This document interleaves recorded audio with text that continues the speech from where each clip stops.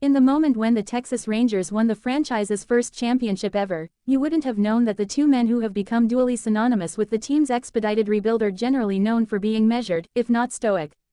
Corey Seager and Marcus Semien roared, pumped their fists, literally hop-skipped the several yards between them in the middle infield and leapt into each other's arms. The 5-0 victory over the Arizona Diamondbacks on Wednesday in Game 5 was hardly the team's most emblematic win. The vaunted lineup was held hitless for 6 innings, while their starter worked in and out of traffic before the bullpen locked it down, but it still worked to secure a ring. "I ran right to Corey," Semien said later, as the visiting clubhouse at Chase Field was drenched in booze. "Had some emotion, shed some tears. It's my first one. It's not his first one, so I probably had more tears than him. But this is why we play the game." While he spoke, behind him, teammates in goggles and matching T-shirts declaring themselves World Series champions stopped singing Creed to chant, "C-Y, C-Y, C-Y." Chris Young was born and raised near Dallas, Texas. After graduating from Princeton University, he debuted as a pitcher for the Texas Rangers at 25 years old in 2004.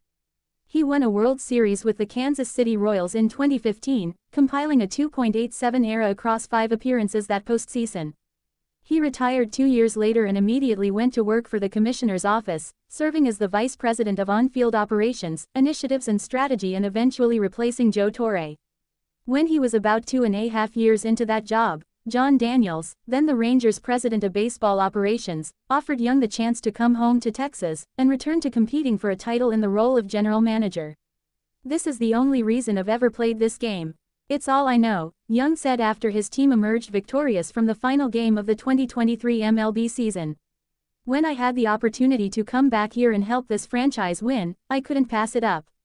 He joined the front office of a team that had finished last in the division in 2020 and would finish last again his first year on the job, losing 102 games in 2021. In 62 years of existence, the first 11 as the Washington Senators, followed by 51 in Texas, the Rangers had lost 2 World Series while remaining stuck on the shrinking list of franchises that had yet to win one. At the start of this season, there were 6 remaining. The Rangers were the oldest of the bunch. For Seager, who was awarded his second World Series MVP for his 3-homer, 6 RBI performance, not to mention breaking up the no-hitter in the past 5 games, the chance to do something unprecedented was part of the appeal. "It was definitely a drawing point for me," he said. "I won in LA. They hadn't won in 30 years, and I saw what it did to a fan base. When I found out they had never won here, that was something that intrigued me." Even before Young joined the front office, the Rangers had begun to eye the offseason after 2021 as the time to start investing in the team. It was a historically talented class of shortstops that winter, and even if the Rangers weren't ready to win yet, they wanted those players on the roster whenever they were. By now, the confluence and magnitude of the 2 contracts is baseball lore.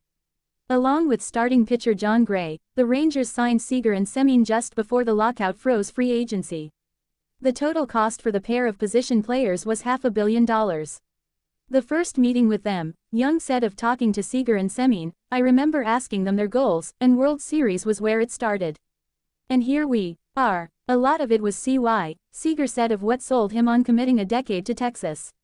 Players praise Young's athlete-esque competitiveness and his comfort communicating with them.